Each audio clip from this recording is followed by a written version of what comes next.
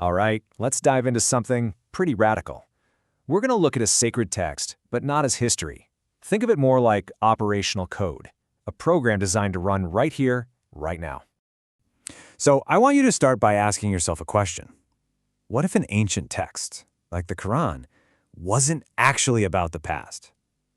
What if it's not a history book at all, but something completely different? What if it's a direct command, a set of instructions beamed directly to you, personally, right now? I mean, think about it. That one little shift changes absolutely everything. You're not just reading about someone else anymore, you are the recipient. And here it is, the core command, the one instruction that basically activates the whole system. Hold the scripture with strength. Now, according to the source material we're looking at, this one single act is powerful enough to cut through all the noise, that feeling of wandering blindly that so many of us feel today. So that brings us to you. In this framework, you're not just a passive reader on the sidelines. No, you are an active part of the equation. You are the variable X. And what's really fascinating here is that this role, X, isn't monolithic. It shows up in two different but totally complementary forms. You have the male X, which is like Moses and Aaron. It's all about action that's seeking knowledge. And then you have the female X, which is like Maryam, representing this deep, maybe even suppressed knowledge that's ready to come back as a living message. They're two sides of the same coin, both absolutely essential.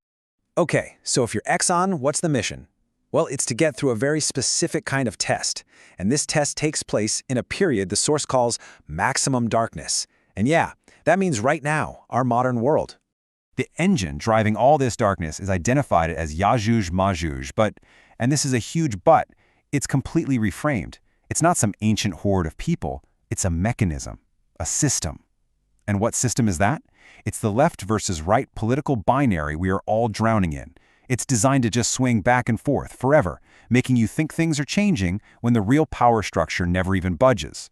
And this is the trap, right? The left and the right, they look like opposites, but really, they're just two wings on the exact same bird.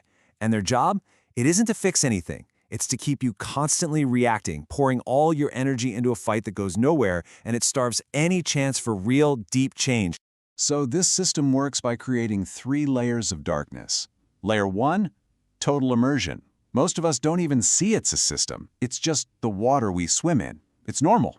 Layer 2 is that non-stop back and forth, the endless seesaw.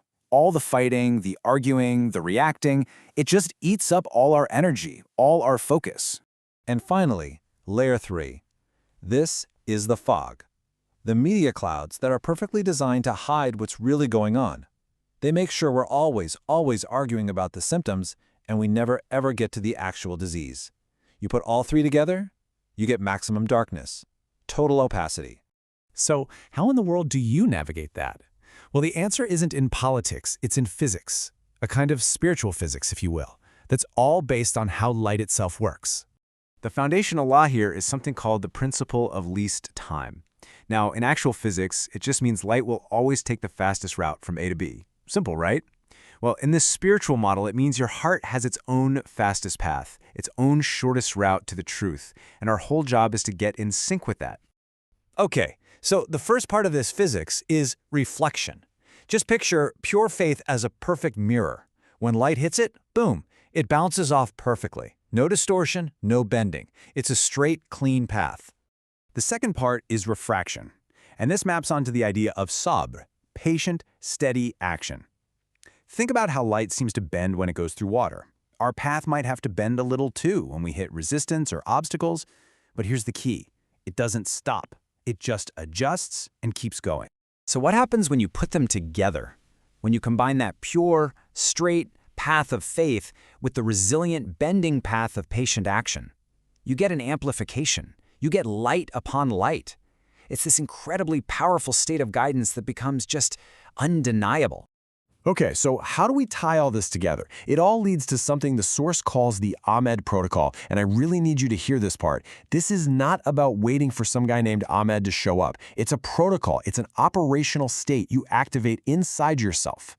Ahmed isn't a name. It's a function. It's like running a program on a computer. It's a state of being that pulls together all the specific prophetic qualities you need to actually see your way through this modern maze. So what are these qualities? Well, there are three main components. First, you need the kind of patience the sleepers in the cave had, which, by the way, isn't just sitting around. It's a strategic withdrawal to protect what's essential. Second, you need the crystal-clear reasoning of Abraham, the kind that cuts through all the fake idols of the day to see what's really real. And third, you need the insight of Jesus, that ability to read the hidden patterns, the spiritual truths just under the surface of everything. All right, so we've got the theory, we've got the spiritual physics, and we have the protocol to run. So now let's get practical. What's the actual strategy? How do you do this? How do you walk that path of least time? And the strategy is super precise. It's not vague at all. Number 1, hold the book with strength. That's your anchor. Number 2, reject the entire system, the tagut, this idea of anything that oversteps its true purpose. You can't just reject the side you don't like. You have to step away from the whole game. 3, you have to actively use that law of light we talked about. Combine your faith and your patience. 4, withdraw. But this isn't about becoming a centrist or finding a middle ground. It's about moving to a completely different axis, an orthogonal one. And finally, number 5, your job is to be a witness. Not to force, not to argue, not to coerce, just to witness. So what's the payoff? What happens if you actually do all this? Well, the transformation that follows is described as inevitable. It's not a maybe, it's the natural result when you align yourself with these principles. And this is what that final state looks like. Your own heart, it becomes the niche for a lamp. Your consciousness becomes the crystal clear glass. And the fuel for that lamp is this special oil that's neither east nor west. It's completely beyond all the false choices and binaries this system throws at you. You literally become your own source of light. And that brings us full circle, right back to where we started. Back to you, the reader, the variable X, and back to that one single primary command. So after all of this, there's really only one question left. And it's a question only you can answer. When will you hold the book?